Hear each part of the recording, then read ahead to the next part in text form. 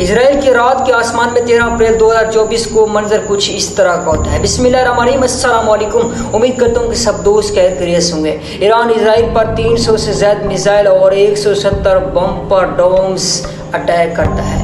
یہاں پر ایرانی جو حکومت ہوتی ہے اور عوام ہوتی ہے، اس چیز کو، اس حملے کو بہت اچھے سیلیبریٹ بھی کرتا ہے۔ امت مسلمان کے اندر جو بھی مسلمان ہوتے ہیں اور اس چیز کو سیلیبریٹ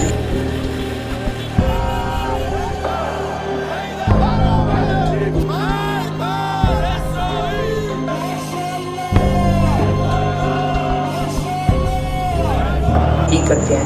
لیکن ایسا کیوں ہوا؟ فی الحال یا حال کے اندر ان کے اندر کوئی ایشو بھی نہیں تھا، اتنا بڑا اٹیک ایران اس پر کیوں کر سکتا ہے؟ لیکن سوال یہاں پر ہی ہوتا ہے۔ اگر اس چیز کو سمجھنا ہے تو پہلے آپ یہ دیکھیں کہ اسرائیل کا جو ایک وقت میں ایک دشمن تھا، جو جیسے ہی جنم اس کا ہوا وہ کہتا تھا کہ میں اس کے نقشے کو دنیا سے مٹا دوں گا، جو جارڈن تھا۔ اب اس کو سمجھنا ہے تو 6 اگست کی جنگ کو سمجھنا ہوگا۔ 6 اگست جہاں پر سیریا، ایجپٹ اور جارڈن ایک ساتھ ہوتے ہیں، اور اس چیز کا فائدہ اٹھاتا ہے جارڈن، جو اس کا ماسٹر مائنڈ ہوتا ہے اور اس چیز کو سمجھتا ہے اور اس چیز پر اٹیک کرتا ہے۔ وہ یہاں پر سوچتا ہے کہ میں جتنے بھی اٹیک اسرائیل پر کروں تو مجھے خود کو ہی خطرہ ہے، لیکن اس کو کچھ بھی نہیں ہو سکتا کیونکہ اس کے پاس جدید اسلحہ ہے اور میرے پاس کوئی اسلحہ بھی نہیں ہے، اس لیے وہ اٹیک کرنا نہیں چھوڑ دیتا ہے اور یہاں پر وہ اس کا کھلا ساتھی بن جاتا ہے۔ مطلب ایک وقت میں جو اس کا دشمن تھا اب وہ اس کا حامی اور اس کا وفادار بن گیا۔ ایسا کیوں ہوا؟ ایسا اس لیے ہوا کیونکہ اسرائیل نے اس کو کئی طرح سے فائدے دیے، اس کو جو اس کے لوگ تھے ان کو کئی طرح کی جاب آفر کی اور کئی طرح سے ان کو اسلحہ بھی مہیا کیے۔ اس تاریخ بہت ہی دلچسپ ہے۔ 1 اپریل 2024 کو اسرائیل سیریا میں موجود ایرانی قونصلیٹ پر حملہ کرتا ہے اور اس حملے میں محمد رضا زیدی شہید ہو جاتے ہیں۔ اب یہاں پر محمد رضا زیدی IRCG کے کمانڈر بھی ہوتے ہیں۔ اب یہاں پر IRCG ایک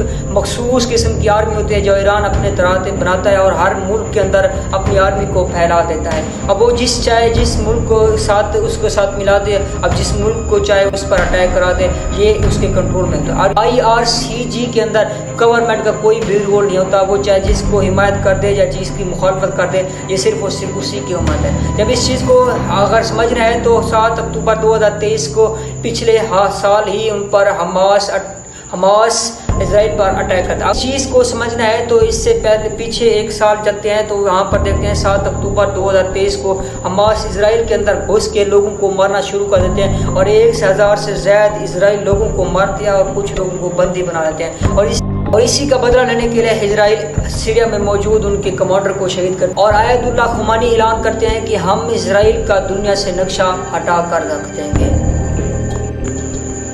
اب یہی پرائیویٹ آرمی حزب اللہ اور حماس کے لوگوں کو بھی سپورٹ کرتی ہے، لیکن سوال یہ ہوتا ہے کہ ان آرمی کے باوجود بھی ایران اسرائیل کا بال بھی بھیکا نہیں کر سکا۔ آخر اس کی وجہ کیا تھی؟ تو ان کا صرف ایک ہی جواب ہوتا ہے کہ ایران نے 72 گھنٹے پہلے ایک اعلان کیا تھا، آیت اللہ خمینی نے 72 گھنٹے پہلے ایک اعلان کیا تھا کہ ہم اسرائیل پر کسی بھی وقت اب یہ خبر اسرائیل کے پاس پہنچتی ہے تو وہ خود سنبھل جاتے ہیں اور اس چیز حملے کو روکنے کی تیاری کرتے ہیں۔ اب ان کے پاس 3 طرح کے ایئر ڈیفیوز سسٹم ہوتے ہیں۔ ایک ہوتا ہے ایئر ڈوم سسٹم۔ اب یہ ایئر ڈوم سسٹم وہ ایکٹیو ہوتا ہے جو پورے ملک کو اپنے لپیٹ میں لیتا ہے۔ کوئی بھی ملک یہاں پر اٹیک کرتا ہے تو اس کو روکنے کا پاور اس کے پاس ہوتی ہے۔ اور دوسرا ہوتا ہے دا روم، اور دوسرا ہوتا ہے ڈوم، اور تیسرا ہوتا ہے ایئر ڈوم جو سب سے زیادہ پاورفل ہوتا ہے اور اس کو ایکٹیو کرتے ہیں، اور اس کو ایکٹیو کرنے کے بعد جو بھی میزائل اس کے ملک پر اٹیک کرتا ہے اس کو فضا کے اندر ہی ختم کر سکتے ہیں۔ اور اسی کا ساتھ دیتا ہے جارڈن بھی اپنی سرحد کو ایران کے طور پر استعمال کرتا ہے۔ وہ کہتا ہے کہ جو بھی ایران کا میزائل آئے گا ہم اس کو روک کر دکھائیں گے، اور وہ ایسا کر کے دکھاتا ہے۔